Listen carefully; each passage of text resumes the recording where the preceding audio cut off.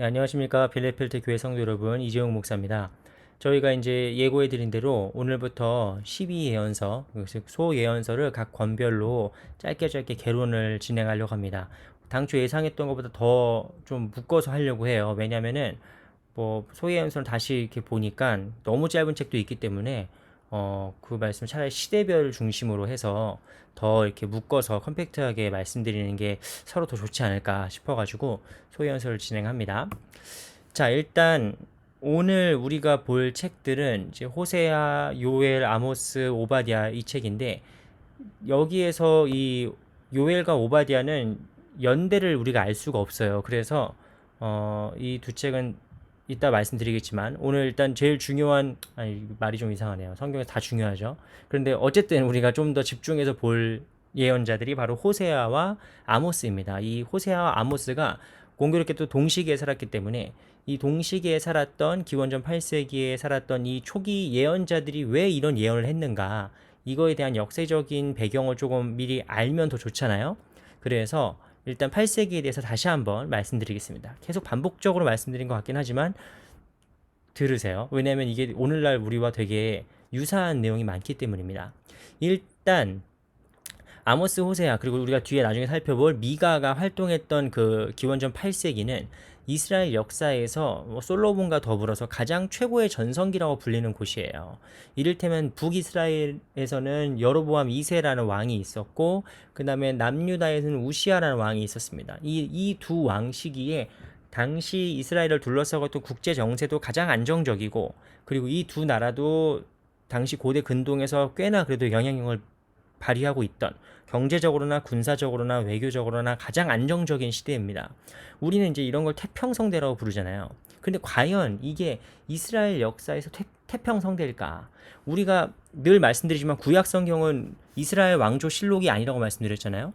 우리가 성경을 그러면은 이스라엘 역사라면은 단순히 읽을 이유가 없죠. 그런데 이게 왜 우리에게 성경이고 오늘날 우리에게 말씀하시는 하나님 말씀이냐? 이게 국제적으로, 정치적으로, 경제적으로는 번영을 누리고 성공하는 것처럼 보여도 그 당시에 이스라엘에 살았던 백성들의 삶은 아주 피폐했기 때문입니다. 일단 겉으로는 아주 화려하게 보여요. 겉으로는 북이스라엘 남유다 모두 다 화려하고 전쟁도 없고 아주 막 풍요롭고 국가 경제는 계속 발전하고 하는 것처럼 보이지만 일단 북이스라엘은 암살로 인해서 왕조가 무너지고 막 쿠데타 일어나고 한 달 만에 또 정권이 바뀌고 막 이런 정치적으로 아주 혼란한 시기를 겪습니다. 그리고 남유다 또한 뭐 정권은 안정적이지만 북이스라엘에 비해서 정권은 안정적이지만 당시에 아주 복잡한 국제 정세 속에서 막 갈피를 못 잡아요.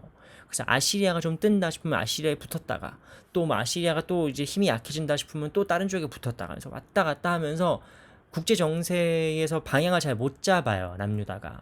그리고 이제 아시리아가 힘이 약해졌은 틈을 타서 히스기야가 종교개혁을 일으켰는데 그래서 다시 한번 이제 하나님께로 신앙을 회복하면서 이스라엘의 정체성을 남유다의 정체성을 이렇게 회복하려고 했는데 그 틈을 타서 또 사네립이라는 아시리아의 또 왕과 장군이 또 쳐들어오는 거거든요. 그러니까 아주 복잡한 그런 국제적인 정세 속에서 남유다 또한 흔들리고 있었습니다. 그래서 결론은 뭐냐면 이 기원전 8세기에 예언자들이 활동했던 그 시기가 어떤 시기였느냐? 겉으로는 아주 화려하고 성장한 것처럼 보이지만 실제 생활 속에서 그 나라의 삶 속에서 절대 다수의 국민들이 빈곤하고 불평등한 사회 구조 속에 있었다라는 그런 모순적인 사회 속에서 예언자들이 활동하게 되는 겁니다. 그래서 오늘 첫 번째로 우리가 물론 시기상으로는 아모스가 좀 더 빠르다고 많은 학자들이 얘기하지만 우리 성경의 순서에 따라서 이게 통독을 위한 것이기 때문에 호세아부터 보겠습니다. 호세아는 특히 우리나라에서 가장 좀 사랑하는 예언자 중에 한 명이에요. 왜냐하면 사랑의 예언자거든요. 우리는 항상 사랑합니다 고객님 하는 나라 사람들 아닙니까? 호세아는 사랑의 예언자입니다. 근데 이 호세아를 왜 사랑의 예언자라 부르느냐? 일단 오늘 저희가 쓰는 예언자들의 사진은 다 위키피디아에서 갖고 온 겁니다. 예, 위키피디아에 나와 있는 예언자들의 그림이나 이콘이나 뭐 그런 그림들을 가져온 거 미리 말씀드립니다. 호세아는 일단 호세아의 가장 중요한 모티브가 되는 스토리는 뭐냐면 고멜이라는 여자와 결혼을 하는 장면입니다. 호세아와 예언자와 고멜이란 여자가 결혼을 하는데, 이 결혼이 바로 하나님과 이스라엘의 계약, 언약, 그 사랑의 관계를 그대로 보여주는 장면이에요. 호세아라는 예언자는 고멜과 결혼을 했는데, 이 고멜이 음란한 여자죠. 음란한 여자죠. 그래서 이 여자가 뭐 성전의 창기였다. 그러니까 가나안 이방 종교의 뭐 그런 뭐 설도 있는데, 어쨌든 고멜이란 여자가 아주 음란한 여자입니다. 그래서 결국엔 바람피죠. 결국에는 남편이 호세아를 버려두고 막 바람 피고 다니고 막 그러고 있는 겁니다. 우리로 치면은 사모님인데 그렇잖아요. 오늘날에도 목사 사모가 막 바람 피고 다니면 난리 나지 않겠습니까? 그런데 뭐 이때 당시 어땠겠어요? 근데 고멜이 음란한 거예요.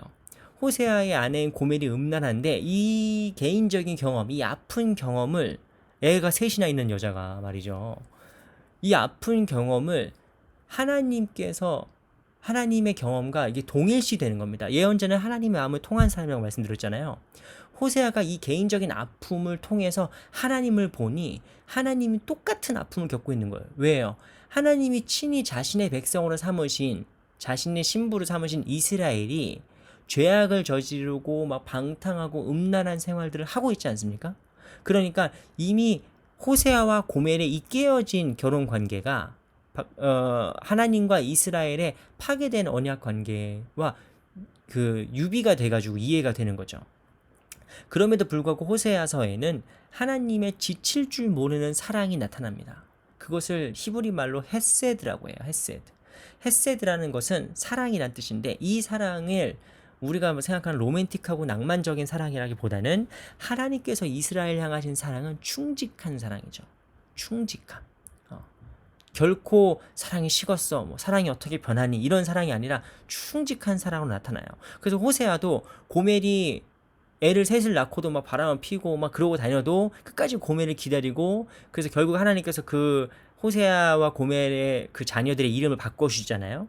나중에 성경 말씀 읽어보시면은 처음에는 이름이 저주받은 이름이었다가 나중에 하나님께서 이름을 바꿔주십니다. 그러니까 호세아가 고멜을 향한 그 충직했던 사랑이 바로 하나님께서 이스라엘 향하신 충직하고 성실하신 사랑임을 보여주고 있는 것이죠. 그래서 이 헤세드의 사랑이 단순히 호세아 한 사람으로 끝나는 것이 아니라 이 북이스라엘 전체, 그리고 나아가서 이스라엘 자손 백성들 전체에게 나타나야 될 사랑이라는 것이에요. 그래서 그 말은 사회 전반에 걸쳐서 올바른 관계의 설정과 삶의 실천이 얼마나 중요한지에 대해서 계속해서 말씀하고 있습니다. 그래서 호세아라는 책은 드라마로 만들어도 될 법한, 오늘날 드라마로 만들어도 아주 흥미진진할 법한 그런 중요한 스토리를 갖고 있습니다. 그래서 되게 낭만적이겠다, 되게 지고지순한 사랑이겠다 해서 말씀을 읽어보시면은 아주 충격적인 표현들이 많이 나와요. 왜냐면 이게 음란함, 이런 거에 대한 묘사가 나오기 때문에 이렇게 낭만적으로 접근하시면은 충격받으실 만한 되게 센 표현들이 많이 나오긴 합니다. 어쨌든 말씀을 같이 읽어보시기 바라고, 호세아서에서 하나님의 헤세드, 충직하신 사랑을, 하나님의 성실하신 그 사랑을 묘사를 하는데, 어떻게 묘사하냐면 지금 그냥 현 시점에서만 묘사하는 게 아니라 이전에 옛날부터 출애굽 때부터 하나님께서 계속 이어왔던 그 사랑을 막 보여주거든요. 역사에서 하나님께서 우리에게 어떻게 하셨는지를 봐라 하면서 하나님의 이미지를 역사적으로 계속 이제 회상하면서 그려내고 있어요. 근데 그 하나님의 이미지가 무슨 절대 군주로서의 하나님 이런 것이 아니라 바로 자애로운 아버지신 모습으로 나타나는 거죠. 그리고 하나님을 자애로운 아버지로 우리가 볼 수 있는 가장 중요한 구절이 어디겠습니까? 신약 성경에서 누가복음 15장이죠. 탕자의 비유에 나오는 바로 아들을 끝까지 기다리는 그 헤세드의 아버지가 바로 하나님의 모습을 그려준다. 그것이 호세아서에 아주 잘 드러난다는 것을 우리가 기억하고 말씀 읽어보시면 되겠습니다. 자, 그리고 이제 요엘서인데요. 요엘서는 연대가 미상이에요. 알려진 게 없습니다. 많은 학자들은 논란을 하지만 저희들은 별로 관심이 없고요. 중요하지 않고요. 어쨌든 요엘에서 가장 중요한 키워드는 야훼의 날이라는 얘기입니다. 물론 야훼의 날이라는 말은 아모스에도 나오고 뭐 계속 나오지만, 소예언서에 계속 반복되는 개념이지만, 원래 야훼의 날, 여호와의 날, 이 말은 축제를 뜻해요. 축제. 하나님의 날이잖아요. 그러니까 당연히 축제죠. 축제고 기쁘고 구원의 날이고 뭐 그런 말로 이스라엘 백성들의 머릿속에는 쫙 각인되어 있는 말입니다. 그런데 요엘서는 그 야훼의 날이 바로 심판의 날이라는 것을 강조하는 책이에요. 이것은 이따가 아모스에도 나옵니다. 그 심판이 어떤 심판이냐? 경제적이고 군사적인 심판인 거죠. 그래서 요엘서는 야훼의 날을 심판의 날이라는 이미지로 바꾼 그게 가장 중요한 모티브가 되는 책이라고 우리가 보시면 되겠습니다. 근데 이게 어떤 맥락에서 심판이 나온지 우리가 잘 모르기 때문에 여기 대해서 설명할 게 많진 않아요. 근데 우리가 요엘서를 읽으실 때 우리 성도님들이 가장 반가울 만한 구절은 바로 2장 28절입니다. 요엘서 2장 28절은 바로 그 유명한 그때에 내가 내 영을 만민에게 모든 육체에게 부어주리니 뭐 그래서 나오는 우리 노래도 있고 뭐 그러잖아요. 그게 이제 사도행전에 성령이 강림할 때 그 성령 강림 사건을 교회가 해석하는 출발점이 바로 요엘서예요. 그래서 요엘서는 우리가 시기도 모르고 누군지도 모르고 뭐 배경을 아무것도 모르기 때문에 설명을 잘 해드리기는 어렵지만 어쨌든 우리가 성경 통독을 할 때 가장 반가운 구절 중에 하나는 이게 신약 성경으로 해서 그대로 이어지는 성령의 강림을, 성령의 임재를 우리에게 가장 잘 보여주는 이제 그 구약의 그 인용구라고 우리가 볼 수 있습니다. 그리고 결국에는 말씀드린 것처럼 예언서가 다 심판으로 시작하고 구원으로 끝나잖아요. 요엘서도 마찬가지입니다. 야훼의 날이 처음에는 심판의 날이라고 이제 강조해서 경고를 했지만 이후에 지나갈수록 이제 야훼의 날이 바로 구원의 날로 하나님께서 바꾸신다. 너희를 구원하실 것이다라는 약속의 말씀으로 변화되게 됩니다. 그림이 되게 무슨 마법사처럼 무섭게 나왔는데 어쨌든 제가 위키에서 찾은 그림은 이거였고요. 자, 이제 아모스가 나왔습니다. 아모스는 개인적으로는 제가 되게 좋아하는 예언자지. 아마 소예언서 중에서는 제가 제일 좋아하는 예언자 중에 한 명이에요. 왜냐면은 그리고 저만 그런 게 아니라 정말 수많은 사람들이 아모스를 좋아하는데 왜냐면 아모스가 일단 최초의 문서 예언자입니다. 이 소예언서 중에서 연대로 따졌을 때 가장 처음 이 문서 예언의 시작을 연 예언자기도 하고 두 번째로 아모스의 그 말씀 자체가 대단히 살아있어요. 그 표현이 되게 생생하고 생동감이 넘칩니다.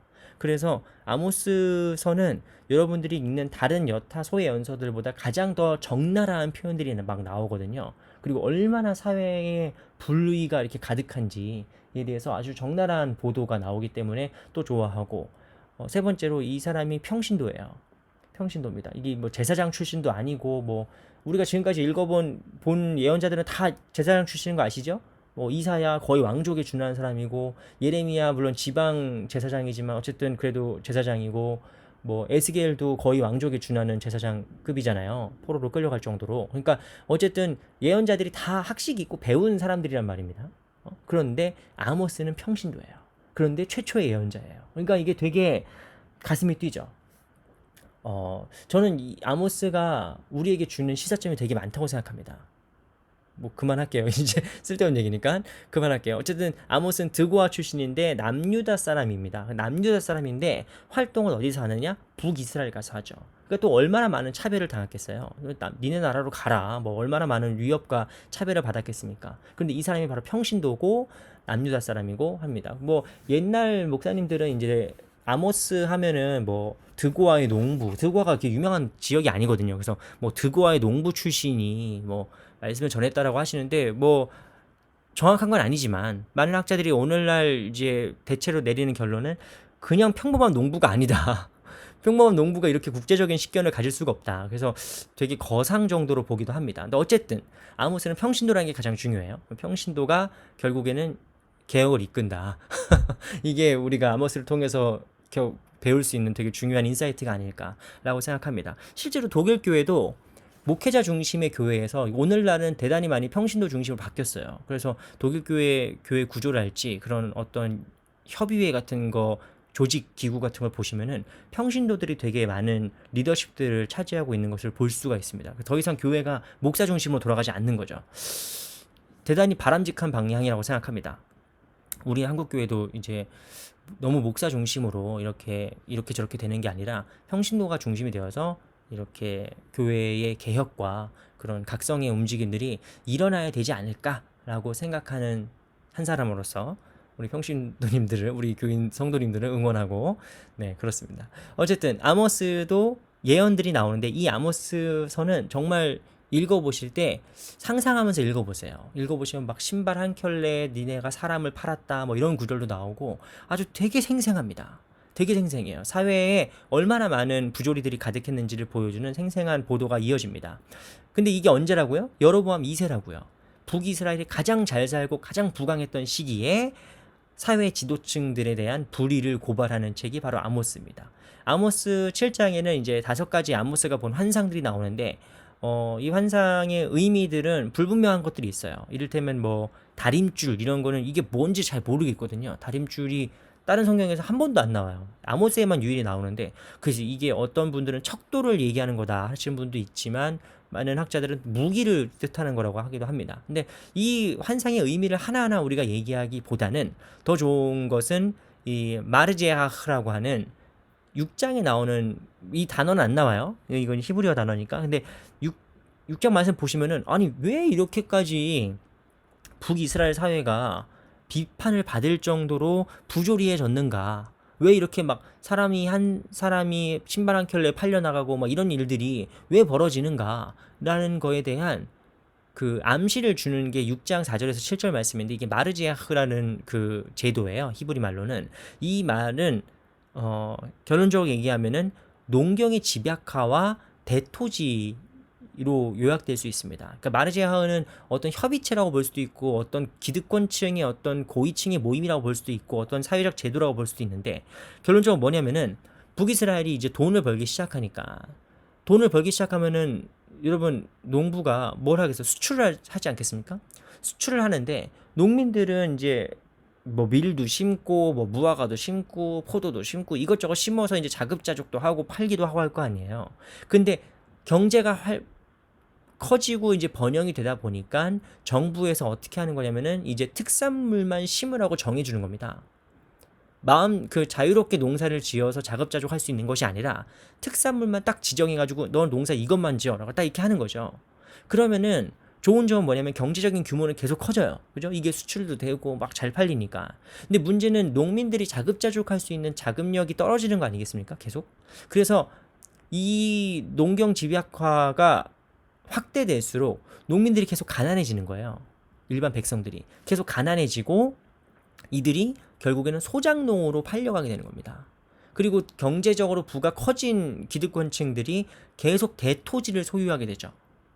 그래서 이들이 가진 대토지에 농민 백성들은 이제 소작농으로 전락하게 되고 그들이 결국에 막 노예로 팔려가고 막 이런 사회적인 병폐들 부익부 빈익빈 현상들이 북이스라엘에 아주 팽배했다는 겁니다. 그리고 그 기득권들이 그렇게 번 부를 통해서 뭐 사회복지와 희년 제도를 막 이렇게 실천했으면 좋겠는데 절대 그렇게 하지 않죠. 오히려 되게 음란해지고 막 사치가 가득한 거예요. 막 상아 이런 거 이스라엘에서 나지도 않는 거 막 상아 이런 거 수입해 와가지고 막 자기 궁전을 꾸미고 집을 꾸미고 막 그러면서 아주 음란하고 사치가 막 팽배한 그런 문화를 비판하고 지적하는 것이 바로 아모스서의 주요 골자입니다. 그래서 정의를 하수같이 공의를 강물같이 흐르게 하는 그 시대를 꿈꾸는 그 시대를 선포하는 것이 바로 아모스이죠. 그래서 제일 설명이 길었습니다. 아모스. 그렇고요. 일단 이제 가장 설명이 짧을 수밖에 없는 책이 바로 오바댜인데 오바댜 책은 구약에서 가장 짧은 책이에요. 22절인가요? 제가 성경책을 지금 좀 22절인가? 아무튼 오바댜가 제일 짧아요. 그래서 여러분이 뭐 5분 안에 10분 안에 이게 통독할 수 있는 책이고요. 오바댜. 그럼에도 불구하고 한 권의 책입니다. 오바댜도 역시 아무것도 알려져 있지 않아요. 이 사람이 어디 출신이 뭐 어디 배경이 뭐고 시대가 뭐고 시기가 언제고 뭐 이런 거 아무것도 모르기 때문에 우리가 오바댜서를 자세히 설명할 게 없습니다. 하지만 오바댜의 중심 주제는 두 가지인데 바로 에돔의 심판과 시온의 회복, 이스라엘의 회복을 가리켜요. 근데 우리가 에돔 하면은 잘 모르니까 에돔이 누군데 이렇게 오바댜가 이 짧은 책의 절반을 에돔의 심판에 그 할애하느냐. 에돔에 대한 그 예언들은 이미 뭐 이사야에도 있고 다 있어요. 근데 에돔이 어떤 나라인지 우리가 대충 이제 머릿속으로 가지고 개념을 가지고 있는 게 좋은데 에돔 하면 어느 나라냐? 에서의 나라죠. 에서의 후예죠. 그러니까 이스라엘은 누구의 후예입니까? 야곱의 후예죠. 에서와 야곱 형제지간이잖아요. 그러니까 에돔은 실제로 이스라엘과 형제입니다. 형제 국가예요. 그러니까 형제 국가면 서로 도와줄 것 같잖아요. 도와주고 친하게 지낼 것 같잖아요. 또 가까이 붙어 있으니까. 그런데 이 에돔이 아주 뒤통수를 치는 일을 잘합니다.